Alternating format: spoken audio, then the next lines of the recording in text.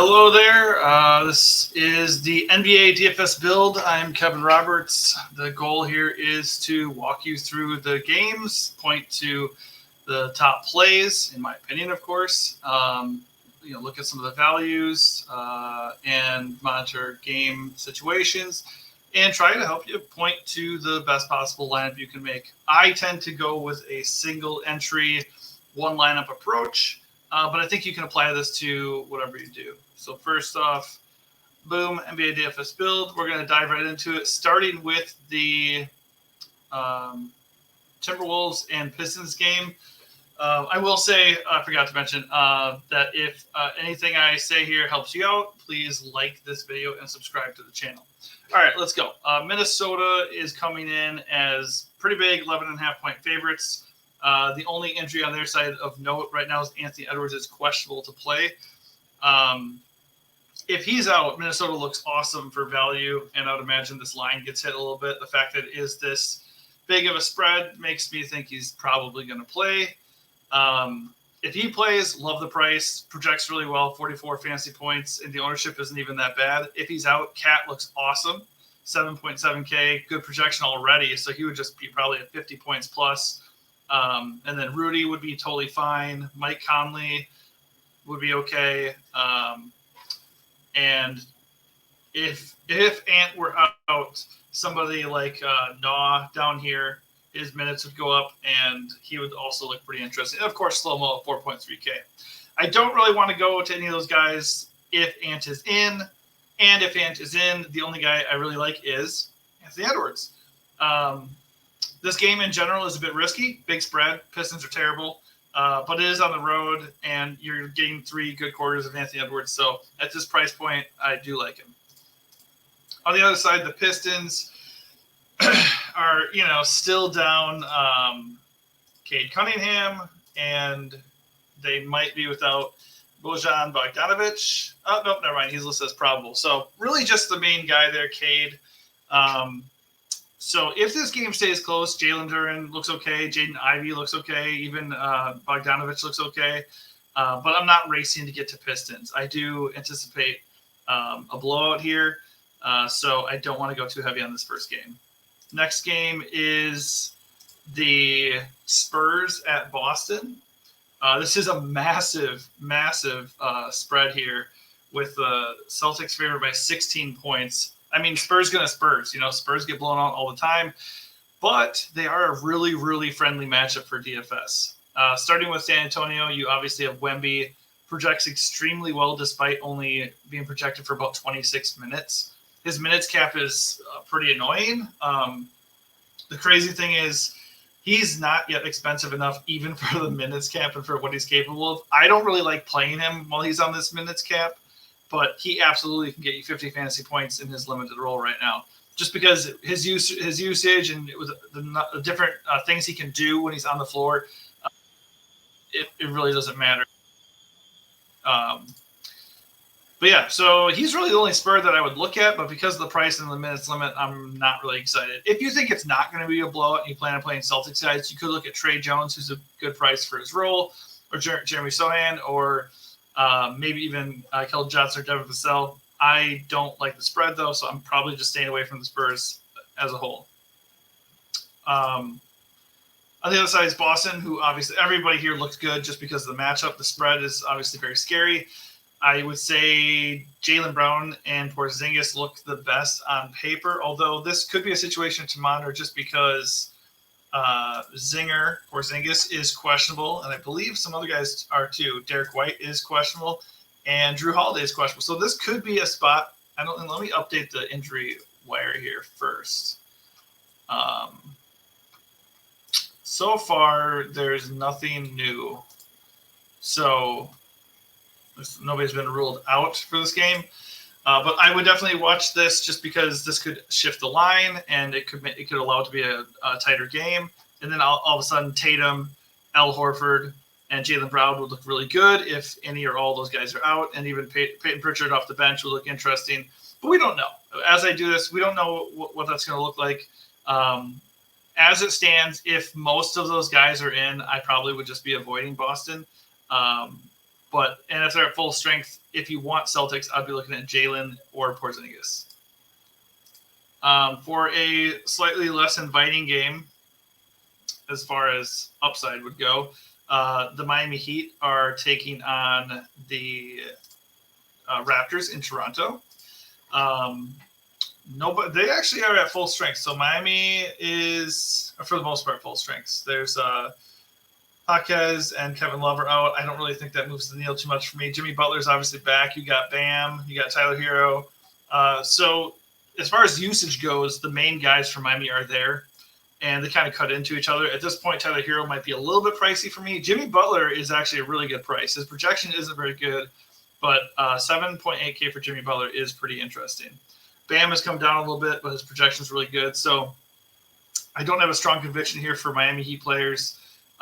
It's not the worst spot in the world, but it's also not super tantalizing. So you can play them, but I'm probably not going to prioritize any of them. On the other side are the Raptors, who are very light underdogs here at home. Scotty Barnes looks okay. I just keep an eye on like Siakam because he's constantly in trade rumors.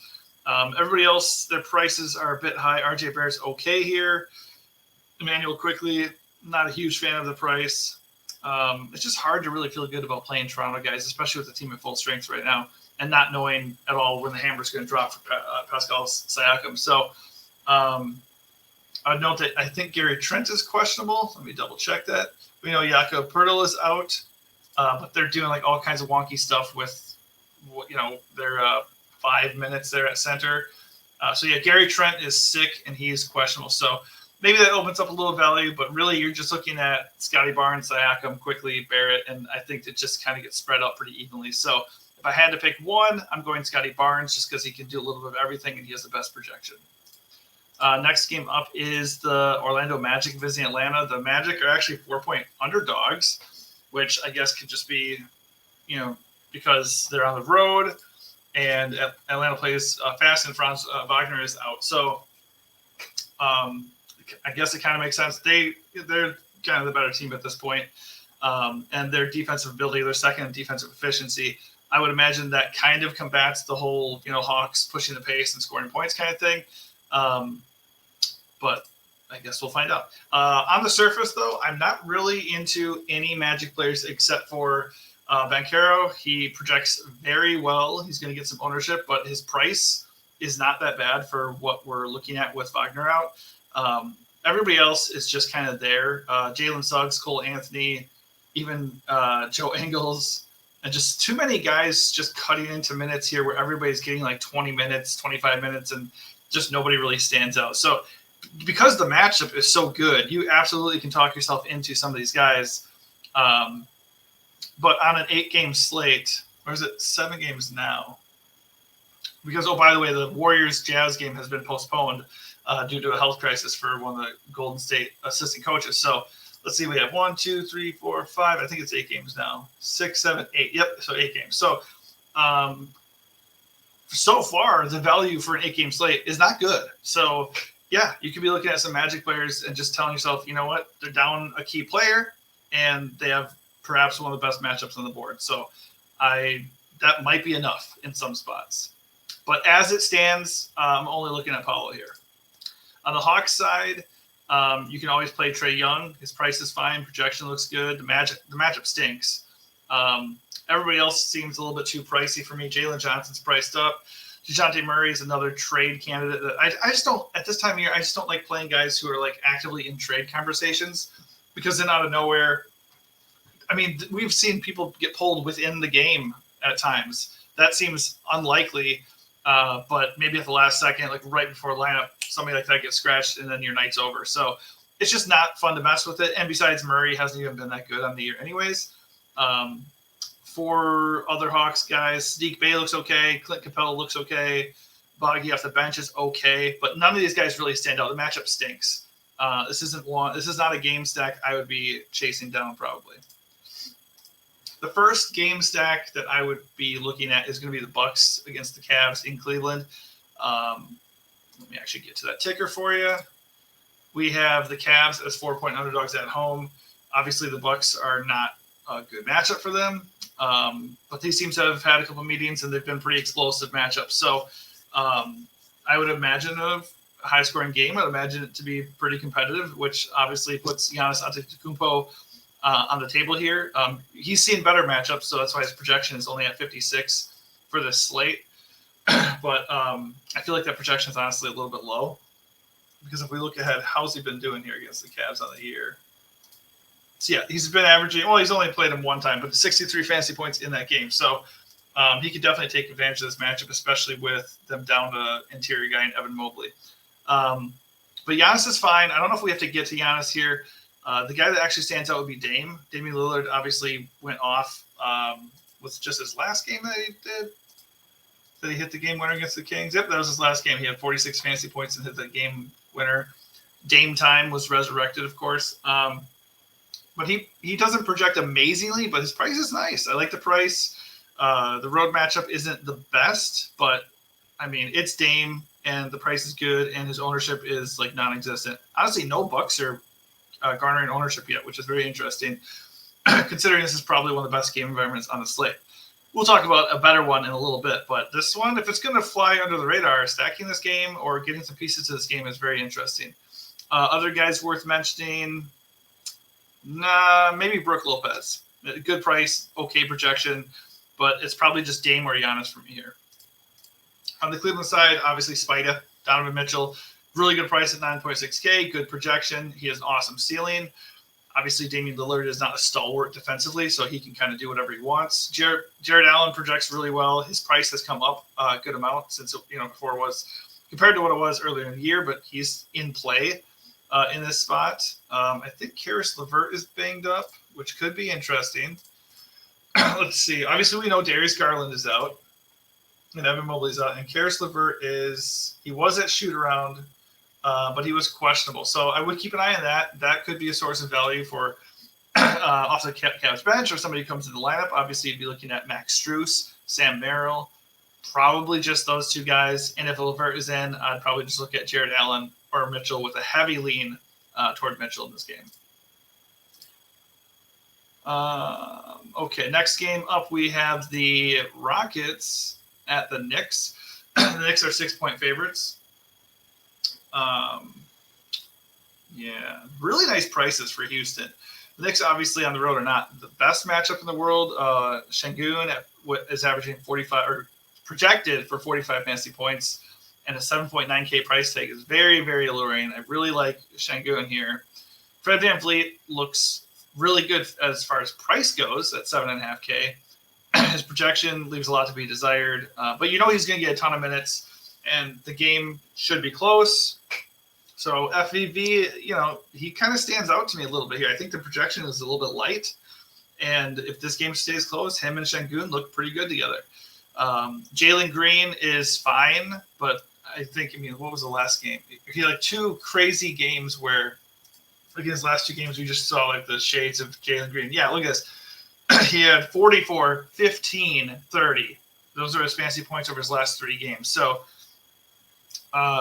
he has a ceiling. He has upside if he can, score. But when he's not scoring, he just kind of checks out, and his minutes can be kind of wonky too. So he's a GPP play for sure, even though his actually 19% ownership projection right now is a little bit troubling. So if he's actually going to end up being chalky, I would get away from him just because we know he has a low floor.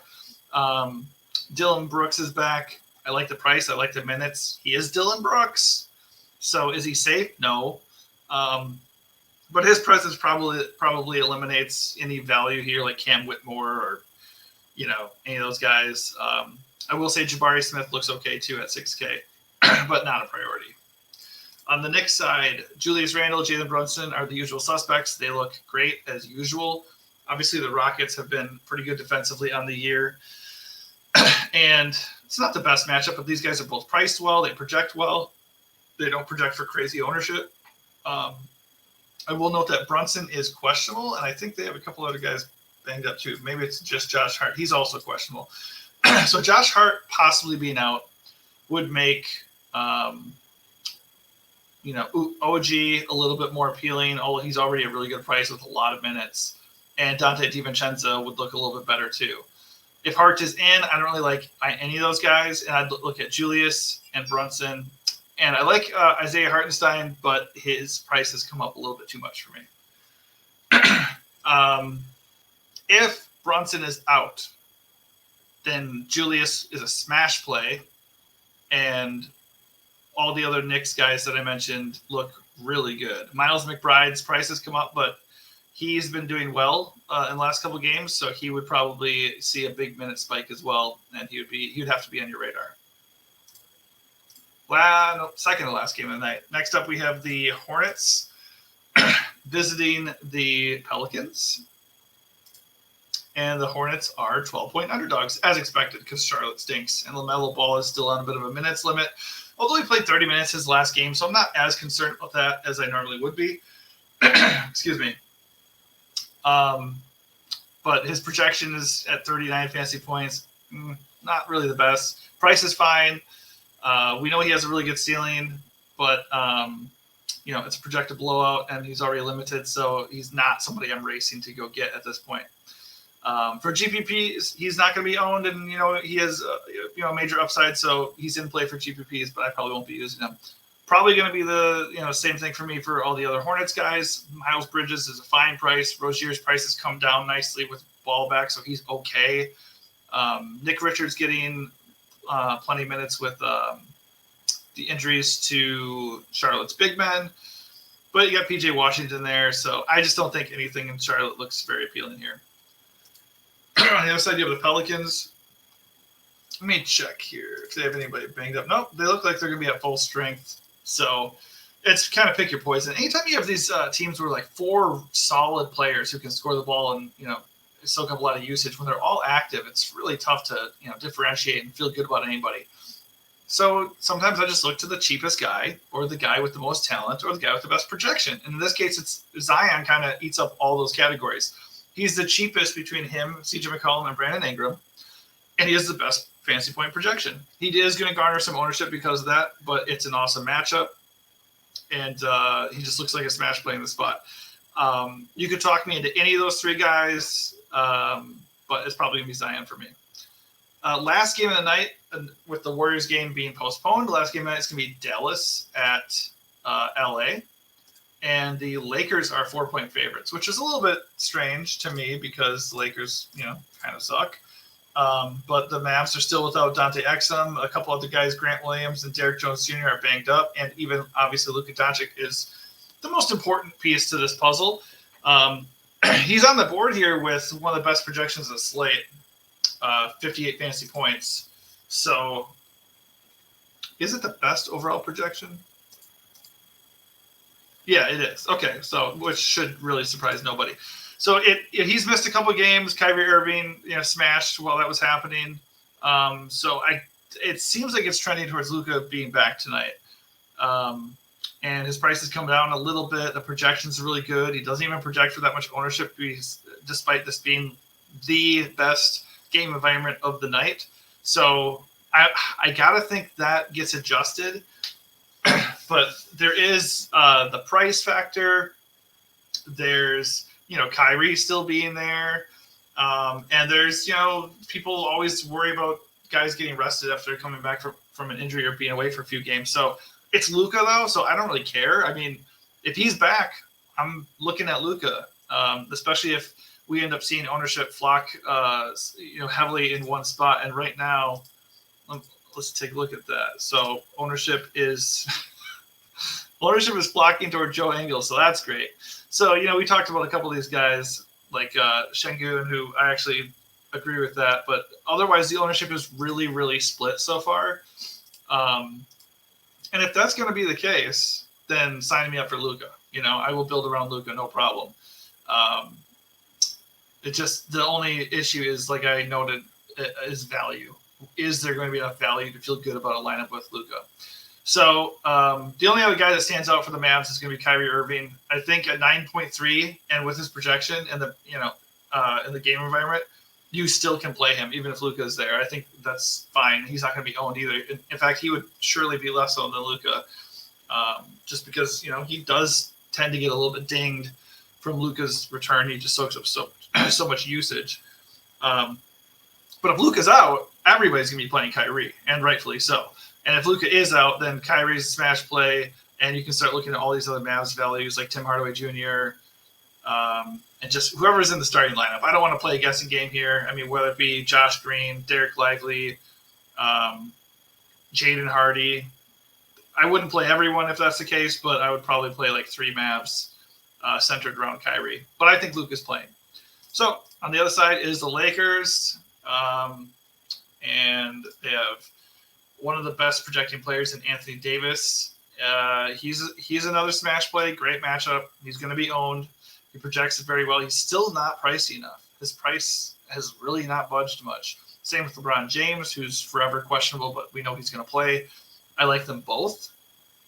I mean, Anthony Davis is the better guy here, but I think I kind of might go to LeBron James in this case because the ownership is just way tilted.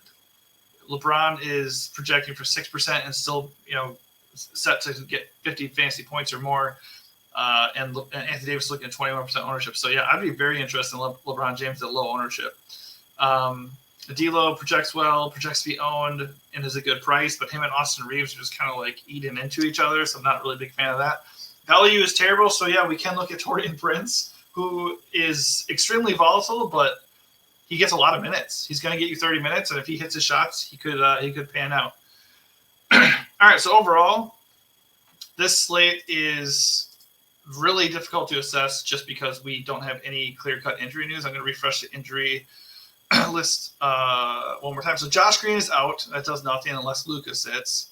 Bogdanovic is in. And there's really nothing else new to report yet. So that is going to dictate a lot of what you do leading into lineup block. But for the most part, I mean, I would probably start with fading Joe Ingles. If he is actually going to be the chalkiest guy in the slate, I just won't play Joe Ingles. Good matchup. He's getting some run because Franz is out, but if I lose because Joe Ingles goes off, so be it.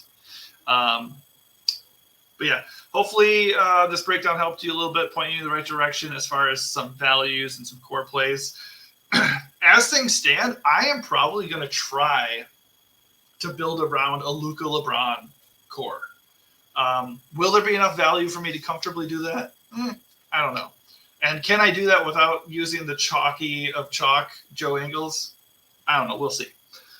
But hopefully this helped you in some manner. And if it did, please like the video and subscribe to the channel. We will be pushing out videos daily if possible for the NBA, and also be on the lookout for our NFL DFS picks for the divisional round. And with that, good luck and thanks for watching.